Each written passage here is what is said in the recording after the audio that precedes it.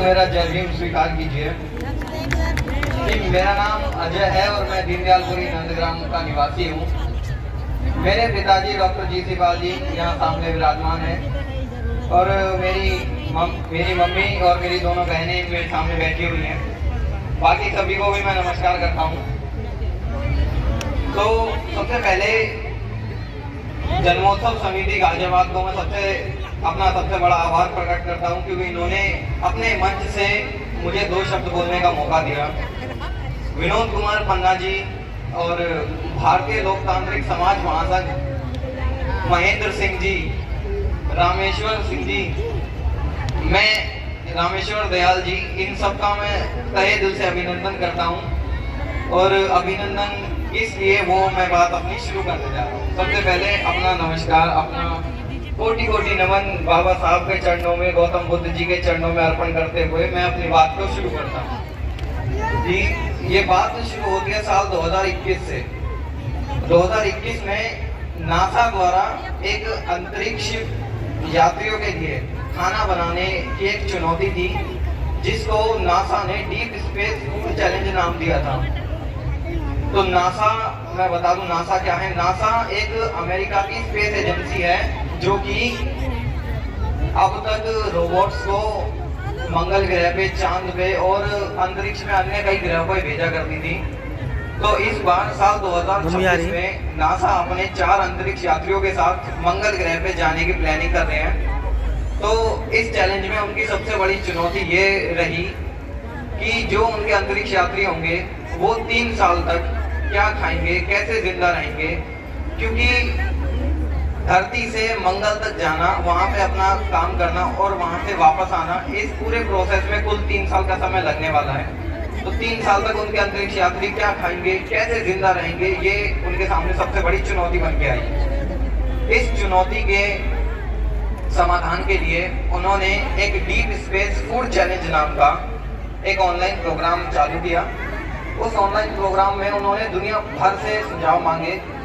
पूरी दुनिया भर में कोई भी इस पार्टिसिपेट में, मतलब इस चैलेंज में पार्टिसिपेट कर सकता था। तो मैंने भी पार्टिसिपेट किया था और इसके पहले बेस का मैं विजेता बना आप सबके आशीर्वाद से।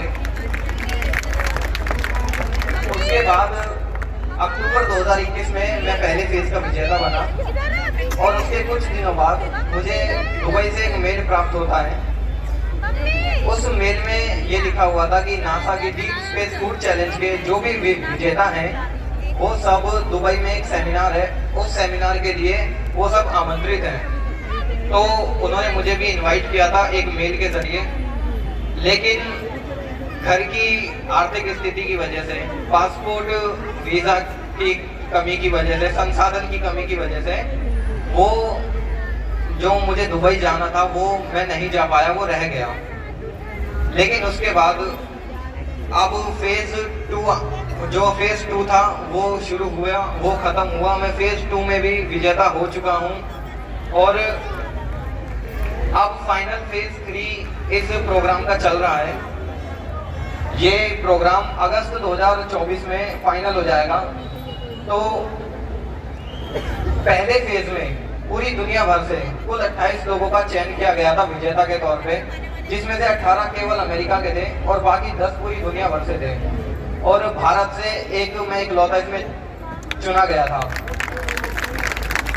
दूसरे फेज में उन्होंने कुल 5 विजेताओं को चुना गया, जिसमें भारत से दूसरी बार में फिर से सिर्फ मैं ही अकेला चुना गया था। उसके बाद अब फेज 3 में पूरी दुनिया भर से कोई एक ऐसा विनर होगा, कोई एक ऐसी टीम होगी जो इनके चैलेंज की फाइनल विनर होगी और मंगल ग्रह पे उनका दिया हुआ सुझाव, जो उन्होंने सुझाव दिया है, उसका खाना बना के तैयार किया जाएगा और वो ही खाना मंगल ग्रह पे जाएगा और अंतरिक्ष यात्री खाने वाले हैं। मेरा जो सुझाव नासा को पसंद आया था वो आयुर्वेद से जुड़ा हुआ कुछ होता है।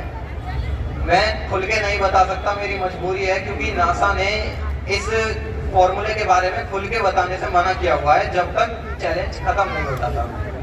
तो मैं उसका कुछ हिंट दे देता हूँ आपको कि वो आयुर्वेद से जुड़ी एक चीज होती है जो कि नदी के किनारे या जहाँ पानी वगैरह पाया जाता है उसके किनारे वो काफ़ी मात्रा में पाई जाती है।